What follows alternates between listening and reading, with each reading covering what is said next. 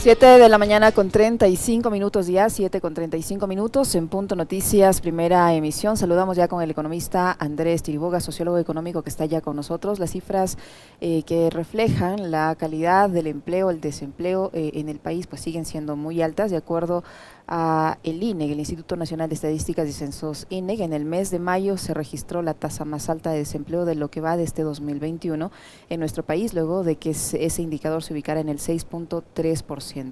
En estos últimos meses, digamos, se ha dado un poco más de apertura al tema de abrir las medidas de bioseguridad que se habían adoptado, se han dejado a un lado esto, y esto seguramente pensábamos que iba a permitir un repunte en cuanto al empleo. Sin embargo, esto no está sucediendo. ¿Qué refleja este nivel de desempleo?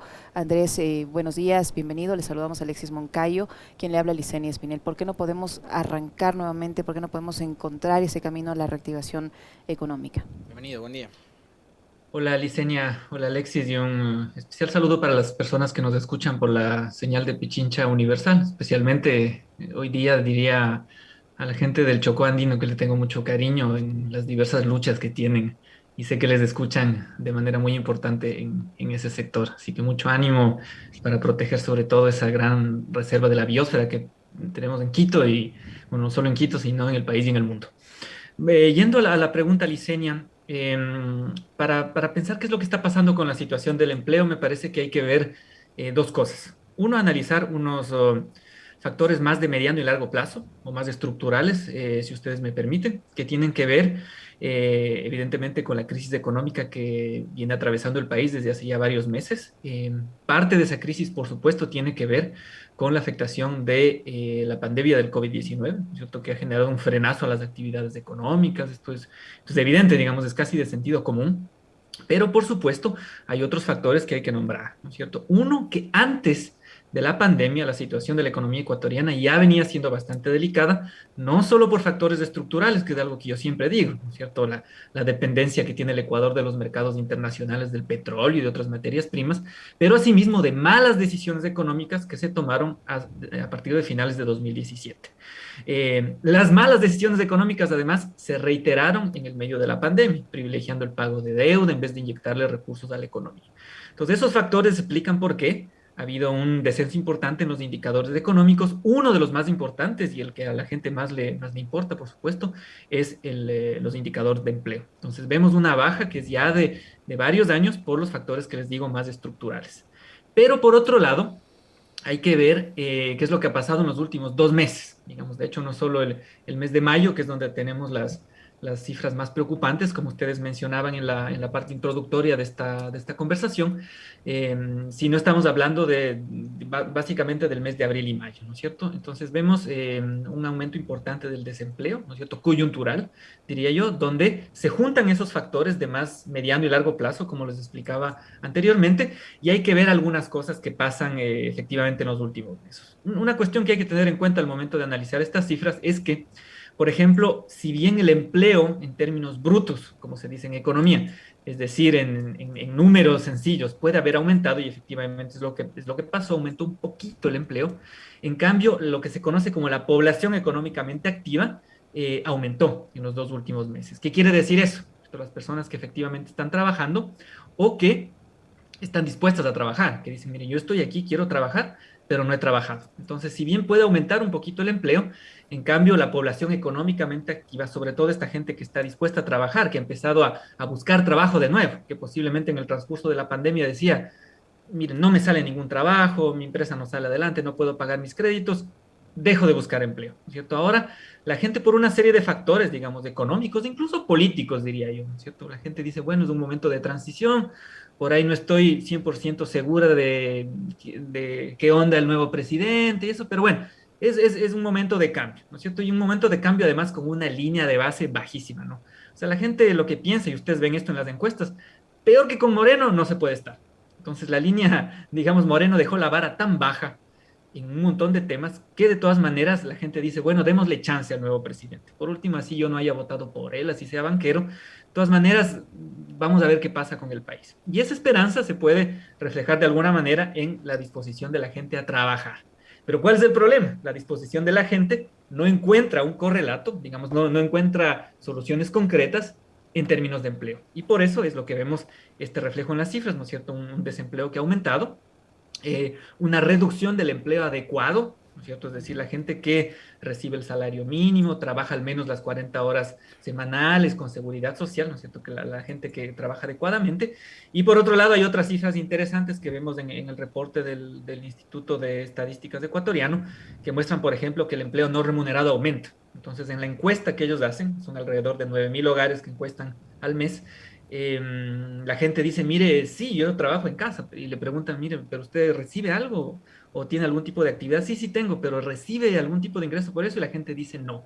Entonces, son cifras Eso preocupantes, parecería, por supuesto, coyunturales y por otros factores. perdón que le corte ahí, Andrés, ¿cómo está? Buenos días. Pero eso Hola, parecería Alex. una suerte de esclavitud moderna, ¿no?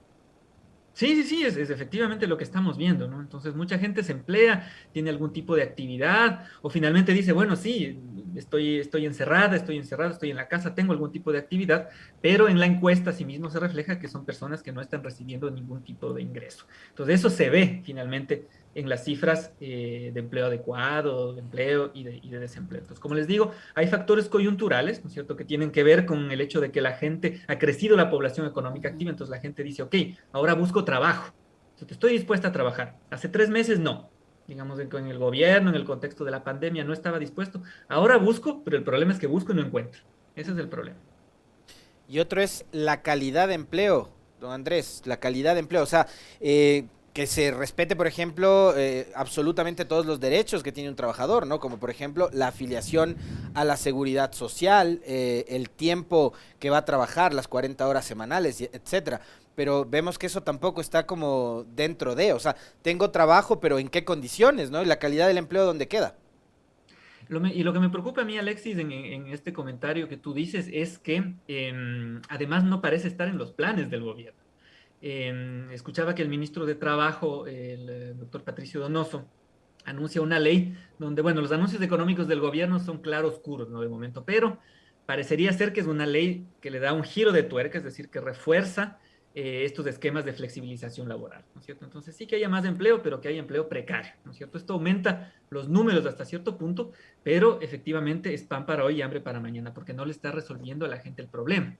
Ligado a otro problema, que es importante, una cosa que decías tú, Alexis, la seguridad social, ¿no es cierto? Gran problemón y grandes discursos de los analistas económicos de la derecha diciendo que el IES tiene un montón de problemas, y efectivamente el IES tiene problemas, pero los problemas deberían resolverse aumentando las contribuciones que vienen por el lado de aumentar el empleo adecuado, que además, y con esto cerraría esta parte, es una política que están estableciendo una serie de países del mundo, no solo los países avanzados del primer mundo, etcétera, sino una serie de países como medidas para paliar los efectos de la crisis económica. Entonces, ven, en una serie de países lo que dicen es hay que generar trabajo, pero hay que generar trabajo de calidad. O sea, no le podemos dar a la gente una chauchita, porque si no, mañana ese es un problema para el futuro. Entonces, son cosas que sí preocupan porque son problemas evidentes, están las cifras ahí, son problemas que no se generan en el primer mes de gobierno de Lazo, pero es muy preocupante cuál va a ser la línea para generar este tipo de trabajo. Entonces, si anuncian una ley de mayor flexibilización laboral, bueno, lo que van a es a crear más subempleo, más empleo inadecuado, por ahí las cifras no se van a ver tan feas, pero efectivamente no están resolviendo el problema adecuadamente y eso sí preocupa. Andrés, el problema es que nos vamos a acostumbrar o vamos a normalizar que aunque sea cualquier cosa, por lo menos es trabajo, por lo menos hay trabajo, es lo que nos vamos a acostumbrar a escuchar porque hay gente que está desesperada y no tiene ingresos. Esas personas que ahora están en el desempleo van a tener que en su mayoría están en el sector urbano y en su gran mayoría son hombres, posiblemente jefes de familia, ¿qué van a poder hacer? ¿Cuál va a ser su futuro? Tomando en cuenta que vienen meses muy complicados en materia económica por el ingreso a clases, por ejemplo, en el sector Sierra y Amazonía. ¿Cómo van a solventar sus necesidades? Tomando en cuenta que, como usted dice, se planea por parte del Ejecutivo una ley laboral que no va a solventar más que las necesidades de ese momento y no tiene posibilidades usted de tener estabilidad, de que sus respetos laborales en el futuro se vean respetados, que no va a poder tener seguridad social, fondos de reserva, jubilación, etcétera, etcétera. Eso se va a ver afectado en el largo plazo, pero ¿qué posibilidades tiene esta gente, este grupo de personas que ahora están en el desempleo de solucionar su situación? Hoy por hoy muy pocas, dicen efectivamente, pero es perversa esta idea de, bueno, nos aprovechamos de que la gente casi que no tiene oportunidades para darles cualquier chauchita, cualquier tipo de empleo sin seguridad social, por horas y demás, donde finalmente la recuperación económica termina siendo, quienes terminan siendo beneficiarios de la recuperación económica son los grandes capitales y las grandes empresas que lo que hacen es aprovechan, ¿no es cierto? Y contratan más barato, contratan, digamos, no se comprometen necesariamente a darle seguridad y estabilidad a sus trabajadores y generan más rentas a través de esos esquemas. Entonces, muy a diferencia de esta idea que nos quieren comunicar muy perversamente de que es, bueno, usted no tiene trabajo, más que sea mañana va a trabajar 4 horas a la semana sin seguridad social, acepte lo que sea. Esta idea de acepte lo que sea Ujú. es tremendamente perversa, porque lo que hace es alimenta la renta de los grandes capitales, de los empresarios irresponsables, que lo que hacen es utilizan las crisis para aprovechar y para aumentar sus utilidades, que es una cosa que permanentemente vienen pidiendo, ¿no es cierto? Por eso dicen que el país es menos competitivo, porque los salarios son extremadamente altos, porque los esquemas estos de empleo digno no son convenientes para los intereses de las empresas, pero efectivamente eso es una perversidad con la que hay que romper. Y ahí el rol del Estado es tremendamente importante, porque si el Estado hace lo que hace el rentismo empresarial, entonces lo que puede generarse es una suerte de recuperación económica y crecimiento económico, pero en unas condiciones tremendamente desiguales. Y eso no resuelve el problema, sino lo empeora. Y ahí, digo, yo encontraba una contradicción súper fuerte a propósito de un tramo de esta respuesta suya, Andrés, con lo que fue parte del discurso y los ofrecimientos de la candidatura de Guillermo Lasso de cara a la segunda vuelta, ¿no? Porque un grupo de empresarios, de personas que están vinculadas a los gremios, a las cámaras, son los que sostienen precisamente eso, ¿no? De que tenemos un salario básico demasiado alto y de que eso le resta competitividad al Ecuador en relación a países como Colombia, Perú y otros en la región. Sin embargo, una de las propuestas de Guillermo Lasso fue llevar el salario a $500. Entonces, digamos, ahí encontraba yo una contradicción súper fuerte, porque lo que estábamos viendo es ofrecer lo que sea, el oro y el moro, con tal de ganar la elección. Y ahora vemos que, por ejemplo, cuando decía en campaña libre acceso a la universidad, y ahora vemos al secretario de Educación Superior decir, no, le sacaron de contexto la declaración al presidente Lasso, que él nunca dijo eso cuando siempre lo mencionó. Entonces, ¿qué tan complejo va a ser para el presidente, para su gobierno, manejar esas contradicciones que hay entre su discurso ahora en el poder y el que manejó siendo candidato, y tomando en cuenta de que no tiene mayoría en la Asamblea, Andrés, como para promover una reforma laboral que apunte a la flexibilización? Sí, yo lo que pienso es, bueno, algunas ideas con respecto a eso. O sea, por un lado, me parece que siempre hay que remitirse a lo que tradicionalmente ha sido la propuesta de gobierno de Guillermo Lasso. Guillermo Lasso no es no fue un candidato nuevo. Va 12 años haciendo política, ¿cierto? Más allá de ser un miembro de las grandes clases empresariales, específicamente del sector bancario, digamos, 12 meses, perdón, 12 años viene ofreciendo lo mismo, ¿cierto? Más allá de los cambios de discurso que tú citaste adecuadamente, ¿cierto? Al final del tramo de campaña, incluso gran contradictor del FMI fue Guillermo Lasso, pero bueno, ahora ya se están sentando y dicen que de ahí es donde van a provenir la mayoría de los recursos. En todo caso, me parece que Lasso lo que está haciendo es volviendo en materia de política económica a decisiones que me parece que eran de esperarse, ¿no? Incluso desde antes de tomar posesión, ¿no es cierto? En la visita al presidente Duque, en el foro Desafíos por la Libertad, que es ese encuentro antes del 24 de mayo de Guillermo Lasso con los grandes representantes de su clase, ¿no es cierto? Estos libertarios y empresarios y políticos de alrededor del mundo. Él dice claramente, ¿no es cierto? Libre comercio, privatizaciones, ¿cierto? Además habla prácticamente sin eufemismos. Las privatizaciones o las desinversiones están empezando ya. Miren ustedes el anuncio de la venta de Seguro Sucre, por ejemplo, donde, digamos, más allá de las críticas a la gestión que se puedan hacer, claramente lo que va a hacer es beneficiar a los grandes eh, empresarios del mundo de los seguros privados, ¿no es cierto? Porque le quitas un elemento que generaba una suerte de contrapeso, como les digo, más allá de las críticas internas que se pueden hacer. La venta del Banco del Pacífico seguramente se va a concretar y luego, digamos, privatizaciones como tales. En materia de tratados de libre comercio, vemos una preferencia tenaz por los grandes capitales internacionales, con esta suscripción con vicios de inconstitucionalidad tremendos del tratado del CIADI. Entonces, Lazo, digamos, va tomando en materia de política económica al menos claramente toma posiciones con respecto a la clase económica a la que él representa y a la que él pertenece, con ciertos claros oscuros, como les decía al inicio. Y ahí me parece que se esconden ciertas preocupaciones con respecto, entre otras cosas, a la gestión en la Asamblea, ¿no es cierto? Hablan ya de una ley de flexibilización laboral, pero no quieren dar los detalles. Hablan de reforma tributaria, pero no quieren dar los detalles, ¿no es cierto? ¿Por qué? ¿Qué es lo que yo me pregunto? Más allá de que tengan esta alianza que les permitió hacer una gestión inicial de presidencias y ciertas comisiones en la Asamblea, con el Pachacuti, por ejemplo, yo sí me pregunto, el rato que metan una ley de flexibilización laboral, que en vez de hacer todo lo contrario, lo que se debería hacer más bien es dar marcha atrás a esa infame ley humanitaria, que era realmente una ley de precarización del trabajo, si más bien lo que hacen es aumentan la precarización laboral, más flexibilización laboral, y meten, por ejemplo, una reforma tributaria en la línea de lo que ha venido prescribiendo el Fondo Monetario Internacional. ¿Qué va a hacer el Pachacuti? ¿Qué va a hacer la izquierda democrática? Que bueno, históricamente la izquierda democrática ha sido, digamos, una tremenda decepción a la centroizquierda y a la socialdemocracia, ¿no? El propio gobierno de Borja fue el primer gobierno que metió las reformas de flexibilización laboral en nuestro país. Pero bueno, asumamos que ellos toman una posición tiradita un poquito hacia la izquierda, ¿no es cierto? Van a permitir privatizaciones, van a permitir reformas laborales de flexibilización del trabajo, van a permitir una reforma tributaria en los términos del FMI, es decir, que no tenga nada de progresiva, donde los que pagan, los que ganan más paguen más y haya unos ciertos mecanismos de redistribución de la riqueza y de reconstitución de la posibilidad del Estado de generar algo de ingresos para redistribuirlos, que es una cosa que el gobierno de Moreno destruyó completamente. ¿Qué van a hacer las bancadas de izquierda y de centro izquierda que le han dado esta suerte de gobernabilidad a Lazo?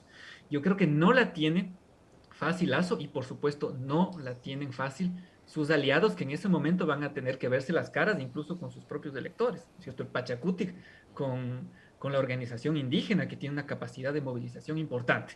Entonces, por eso me parece que los guardan ciertos cuidados en algunos anuncios, no están tan listos a efectivamente anunciar algunas cosas en materia tributaria, en materia laboral, porque se van a encontrar posiblemente con problemas en la Asamblea y, ¿por qué no?, problemas a nivel de la movilización social, porque el Ecuador atraviesa una situación muy delicada y ustedes saben, en nuestro país la gente se moviliza, se expresa pacíficamente y lamentablemente lo que tiene son respuestas violentas. Eso fue el gobierno de Moreno y lamentable Lazo ha dado unas primeras declaraciones diciendo que no tolerará ningún tipo de movilización, que eso es un error gravísimo, me parece, es un rechazo a la Constitución, otro rechazo más a la Constitución por parte de Guillermo Lazo, y además de eso, un error político y algo que suscita muchísima preocupación, porque las personas tienen derecho a la movilización pacífica y no pueden tener al frente un gobierno que les descarmiente y les dice, cuidado, yo les reprimo como en Colombia. Eso está muy mal y genera mucha preocupación.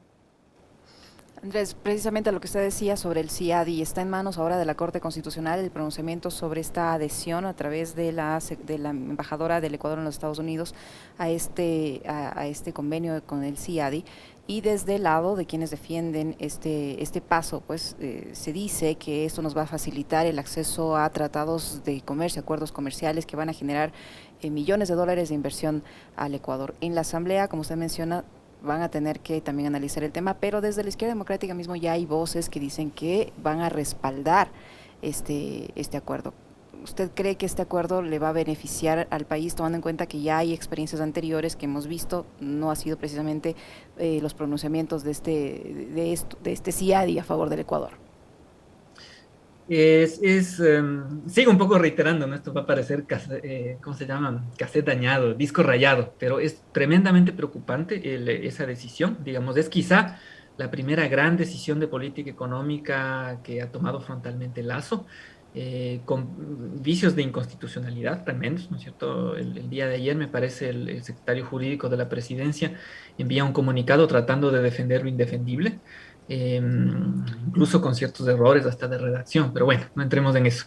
Eh, a la Corte Constitucional le tocará dirimir eso. Lo que deberían decir en estricto derecho y respetando la Constitución es que efectivamente eso tiene que pasar por ellos, tiene que pasar por la Asamblea y no como trata de argumentar el secretario jurídico de la presidencia. Bueno, ustedes han invitado personas que conocen esto al mínimo detalle y han informado muy bien a la población. Pero más allá de eso, más allá de esto que es gravísimo, ¿no es cierto? Porque, y respeta una vez más la Constitución, Guillermo Lazo, ¿no es cierto? No le importa la Constitución. Incluso me parece que debe estar midiendo fuerzas para ver si a través de una consulta popular en algún momento incluso la reforma. En todo caso, el tema del CIADI es grave porque esto está tremendamente estudiado internacionalmente. Estos tratados multilaterales o los tratados bilaterales de inversión, digamos, favorecen las inversiones, pero hay que preguntarse qué tipo de inversiones.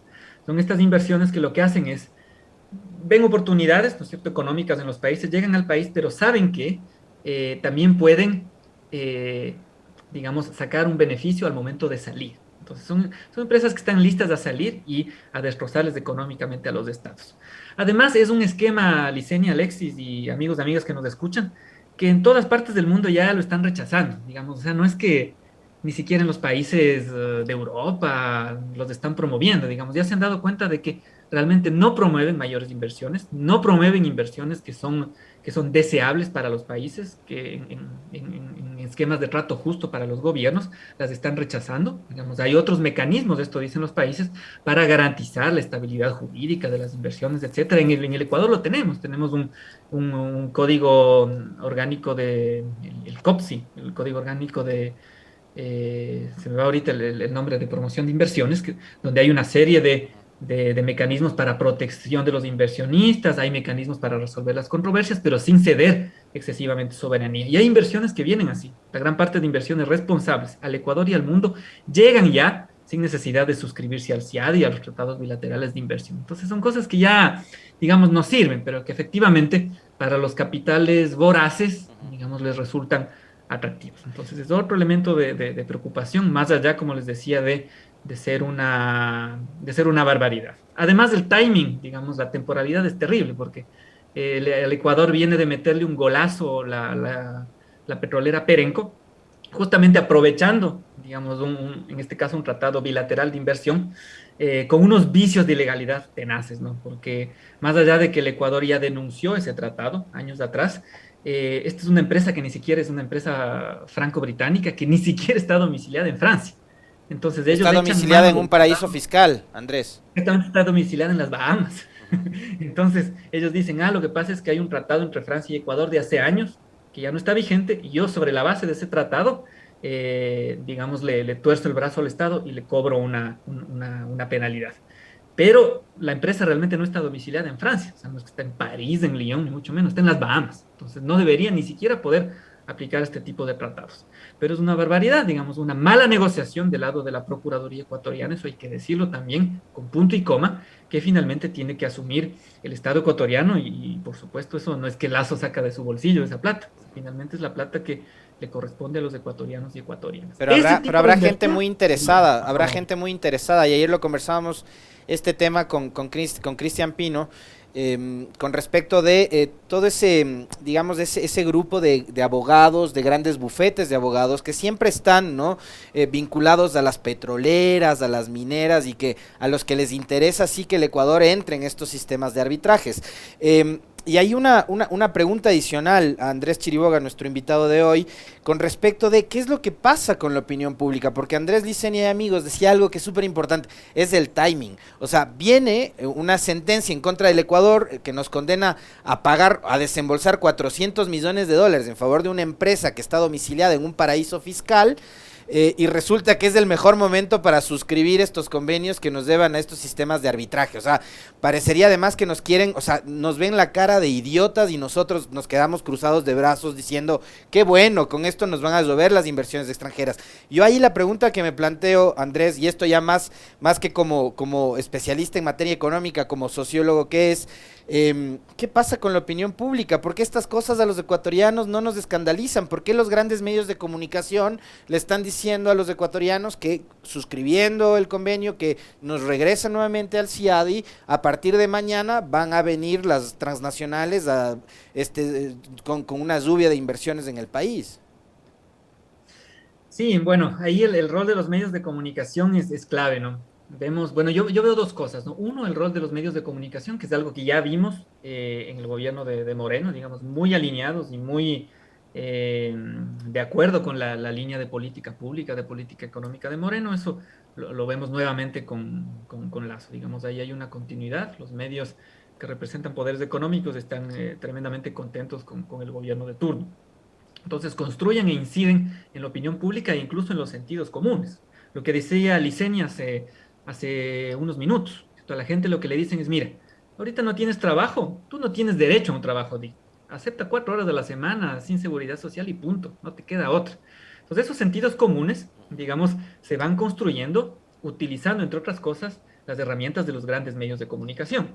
Y una cosa que habría que decirlo también es que el aparato mediático del gobierno, yo ahí sí veo una diferencia con el gobierno de Moreno. No sé, ustedes además que son expertos en comunicación, tendrán incluso opiniones más informadas y profesionales que la mía.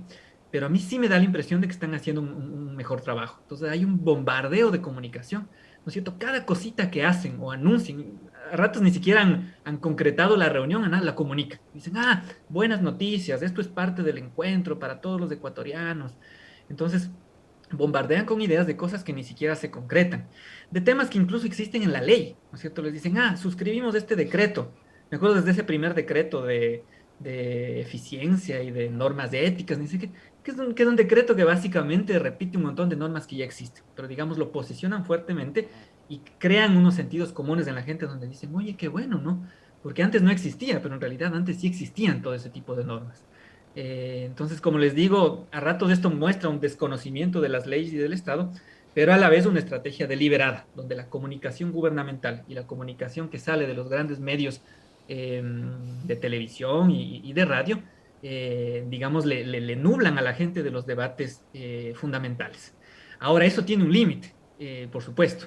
¿Y el límite cuál es? Cuando finalmente la gente siente que las cosas no le están beneficiando. Por el momento creo que hay esperanza, ¿no es cierto? Es un fenómeno normal con cualquier tipo de gobierno entrante. Si Vamos, un ustedes mes, ven ¿no? las cifras ustedes ven las cifras incluso de diferentes encuestadoras, empresas que hacen opinión pública, pues la gente dice, bueno, Lazo, sí, digamos, esto no tiene que confundirse con un respaldo, digamos, a ojo ciego al gobierno. Digamos, es un fenómeno normal que pasa en todos los gobiernos. Dicen, bueno, vamos a darle la oportunidad, incluso si no nos gusta. Sin embargo, si ese darle la oportunidad al gobierno no encuentra políticas y oportunidades concretas, sobre todo en temas fundamentales como es el del empleo. Digamos, en vacunación vamos a ver, si llegan a su meta, están vacunando más, eso no se puede desconocer, seguramente van a atravesar algunos problemas.